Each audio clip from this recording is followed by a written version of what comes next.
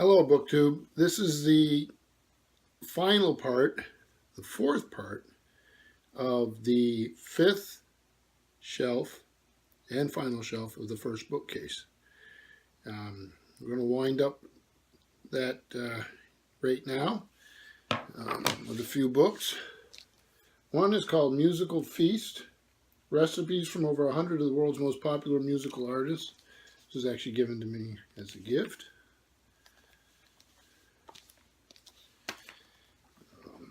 So has the card. Food, family, friends, music, and fun. That's what you'll find in the pages of A Musical Feast. It was compiled by Wendy Diamond, Global Liaisons Incorporated, publishers, New York. And that was 1995. This is a fun little book. Ace of Base, Allman Brothers Band. Get the card out here. Let's see. Got the Bee Gees with Sunday Morning Heaver from Robin Gibb's Kitchen. That doesn't sound very appetizing, but maybe it is. That was right next to the Beach Boys. Bruce Johnston Surf Potato and a Veggie Burger. Let's see. You got Johnny Cash opposite Cher. Johnny's got Old Iron Pot Family Style Chili, and Cher has tuna pasta. Excuse me.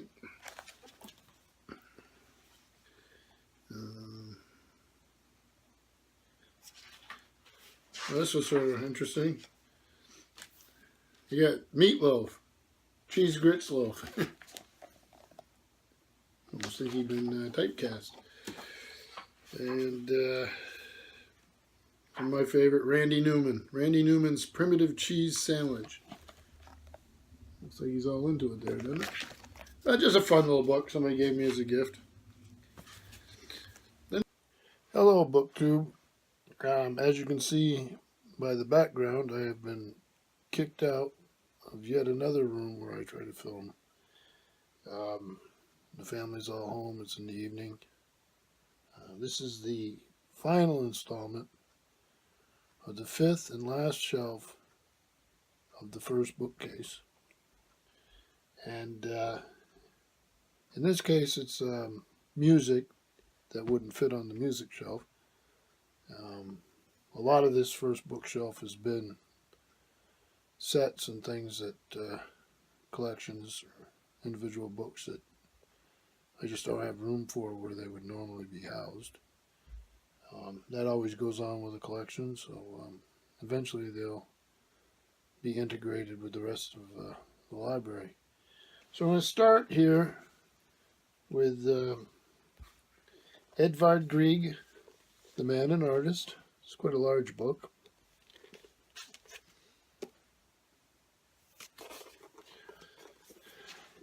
It was, I'm going to do my best with these names. This is a translation. It's originally by Finn Benestad and Dag Geralderup Ebbe. It was translated by William H. Halverson and Leland B. Satarin.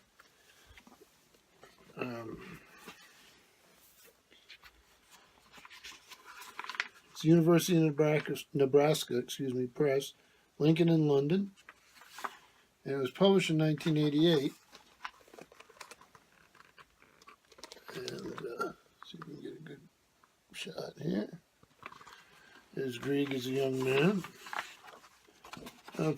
Page before then, it says, best wishes to a certain individual from the co-translator, W.H., make sure I say his name right, Halverson. And I believe the second signature is just printed. It's an Edvard Grieg, and it's not a signature, obviously. He was dead long before this book came out. So if you look on the bottom, that's Grieg. Not real, but that on the top is. So a signed edition.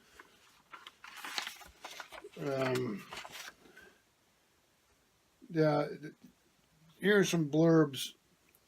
The most extensive and authoritative biography of an important composer. The translation is brilliant, and that was from Einar Haugen of Harvard University. Here's another one. What the critics said about the original Norwegian edition, Edvard Grieg, the man and the artist, is an event, a virtually boundless source of information. And that was by Odon Kajsa in the Bergens Tidende in Norway. I've been to Bergen, beautiful place. The authoritative insight and skill the authors separate the wheat from the chaff in Grieg's compositions, and that's Reimar Reifling of the Verdensgang, Oslo. New material is presented that alters our understanding of Grieg, Bridget Fjerden, and that was in Denmark. Edvard Grieg, 1843-1907, is known to every music lover for his Peer Gynt suite, piano concerto, and arrangements of folk songs. So this is a biography of that great man. It's illustrated, not copiously, but well illustrated. There he is, a young man. I have read sections of this. I'll dip into it when I listen to the music, or while I'm listening, or after I listen. It does have musical notation, which I do not read, sadly. It's home. So, quite a nice book. I cannot, for the life of me, remember where I got it. But I'm glad I've got it. So next is also music. These are Oxford. Let's see what they say here. Heritage of Music. This volume 1 is classical music and its origins. It's edited by Michael Rayburn and Alan Kendall, Oxford, and New York, Oxford University Press. And this one was published in 1989, but this is a reprint with corrections from 1990. You can get a look at it. It's a 4-volume set. Take a quick look at each of them. They give you the name of the contributors. Any encyclopedia worth its name or multi-volume work like this, the articles would be signed. You'd want to look and see, are they someone of authority, someone you can trust or rely on. Unsigned articles like this are always suspect. We have like here the list consultant editors: Roger Blanchard, Dennis Arnold, H.C. Robbins Landon. So, I'll give you a feel here. There's a foreword, and then there's an introduction. So, interlude would be the basis of Western music. Then there'd be Albert C.A. and Dennis Stevens on medieval music. Another interlude, music at the court of Emperor Maximilian. Then the Renaissance would be by Alec Hartman.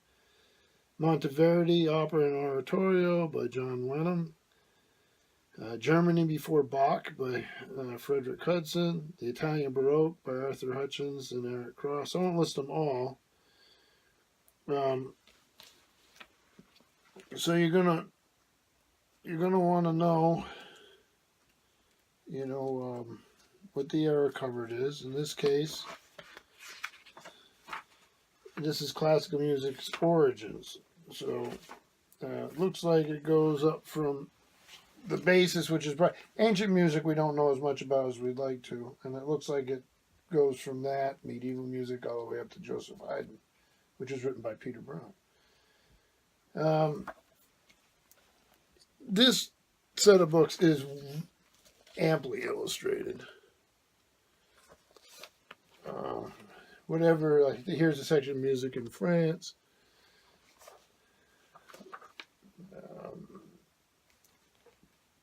The orchestra in the 18th century.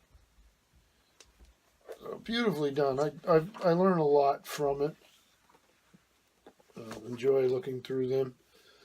When I'm following a particular piece of music that I don't know much of the background about. The second volume is Heritage of Music, the Romantic Era. Again, Oxford University Press. There's the cover.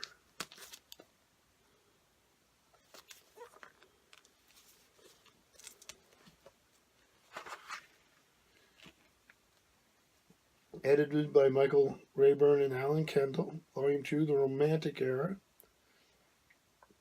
Consultant editors Dennis Matthews, Ludwig Fincher, and Robert Donington. This is first published 89, reprinted with corrections 1990. The Age of Beethoven and Schubert.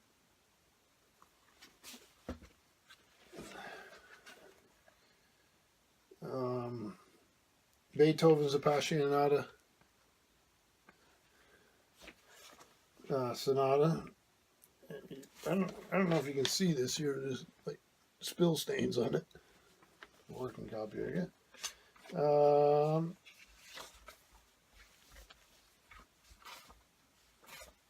Franz Schubert.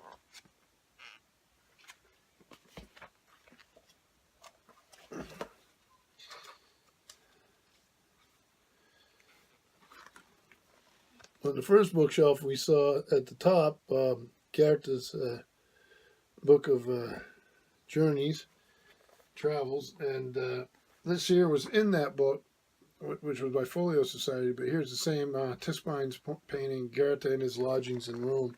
So that's the second time we've seen this on the same bookshelf.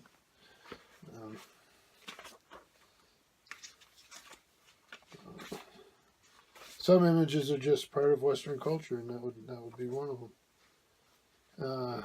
Bellini and Donizetti, Giuseppe Verdi.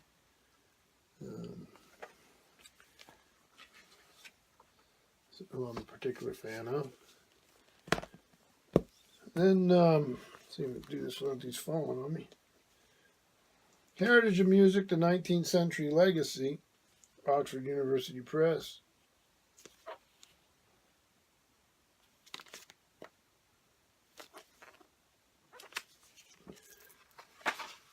So,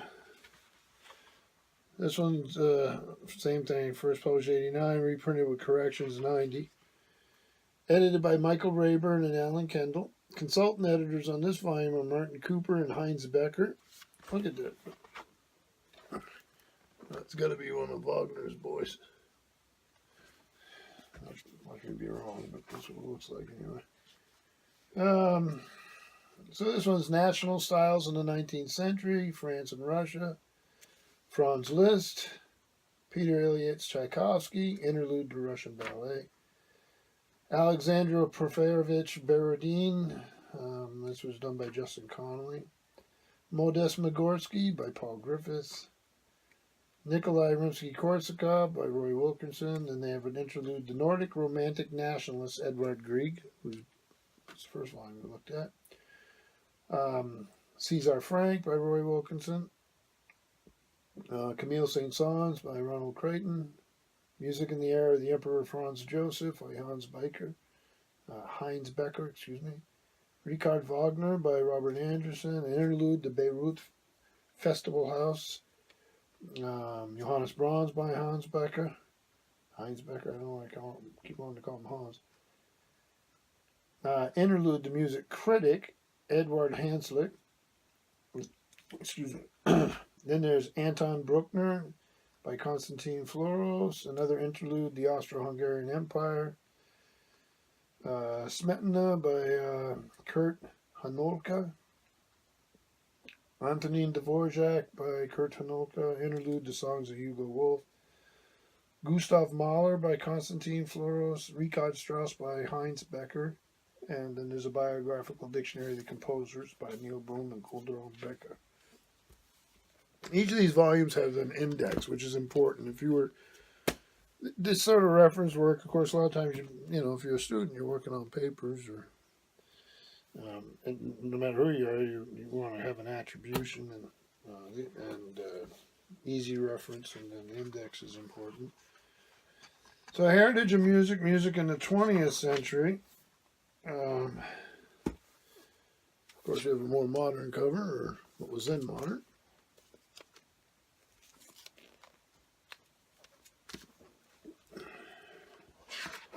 So once again, we are edited by Michael Rayburn and Alan Kendall, but consultant editors on this volume are Felix Abrahamian and Wilfred Mellors, Oxford University Press, 1989, reprinted in 90 with corrections again. Music of the New Century, Felix Abrahamian. Gabrielle Fauré by Ronald Crichton. I almost said Michael Crichton, isn't that terrible? Interlude to Spanish Renaissance. Sergei Rachmaninoff. Robert Threlfall wrote that. Jean Sibelius by Robert Leighton. Then this is where things really start to change up a little bit, of course. When they do the interlude here, it's a history of recorded sound. Then we have a piece on Edward Elgar and Ralph Vaughan Williams by Gerald Northrop Moore and Michael Kennedy. And then we have Janacek and Kadole by Malcolm Raymant. The Meaning and Function in 20th Century Music by Wilfred Mellors. Interlude, The Growth of Jazz. Igor Stravinsky by Richard Orton. We'll see when we get to the music shelves that I have quite a few volumes about Stravinsky. I've always been fascinated by him. Then we have an interlude, The Revival of Early Music. And then Schoenberg, Berg, and Webern by Paul Griffiths. Bela Bartok and Paul Hindemith by Hamish Mill. Sergei Prokofiev and Dmitri Shostakovich by Jeffrey Norris. Charles Ive and Aaron Copland by Peter Dickinson. And another interlude, Opera in the 20th Century. Then William Walton, Michael Tippett, and Benjamin Britten by Michael Kennedy.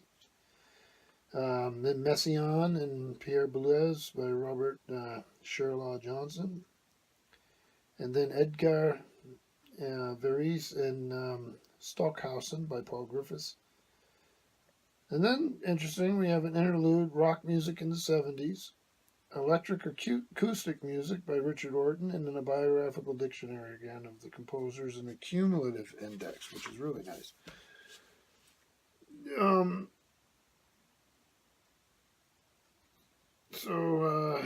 Here's The Ballet with Music by Henry Salvaplane. I particularly like that image. I hope it comes across there.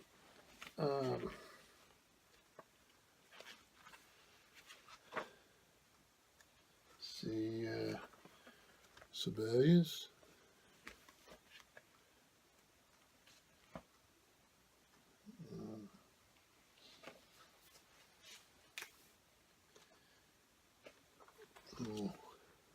More modern images that many of you will recognize.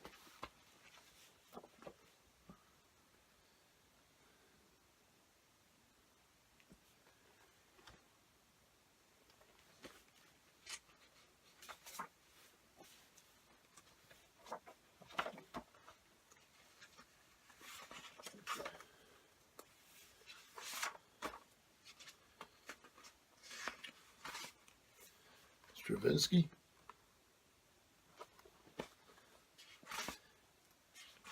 Stravinsky had a Schoenberg. Stravinsky had a I don't know how you would phrase it, an understudy, I guess. Very talented fellow by the name of Robert Kraft. He doesn't always get the best press in the world. I've read a lot of his stuff and find him to be a trustworthy source and quite a humanist, quite a knowledgeable human being.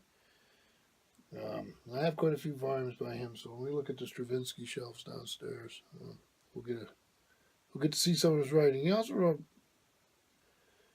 He knew some of the movers and shakers across the arts in the 20th century. This was all cross-fertilized. The poets and the composers and the musicians and the painters. And I would imagine it's probably true now. I don't know what it is. So there's a lot of cross-fertilization going on. He ran into folks like T.S. Eliot, W.H. Auden, along with Stravinsky, Picasso, all these people. Bernstein. So that's the fun of it for me. So I hope you've enjoyed the tour of the first bookshelf. It is finally complete. And we'll move on to the second. And I hope you like this channel and that we get to see you again. And please comment I mean, conversation would be fun, and if there's anything that you're interested in or any topic you're interested in, let's have a conversation. Thank you, Book Group.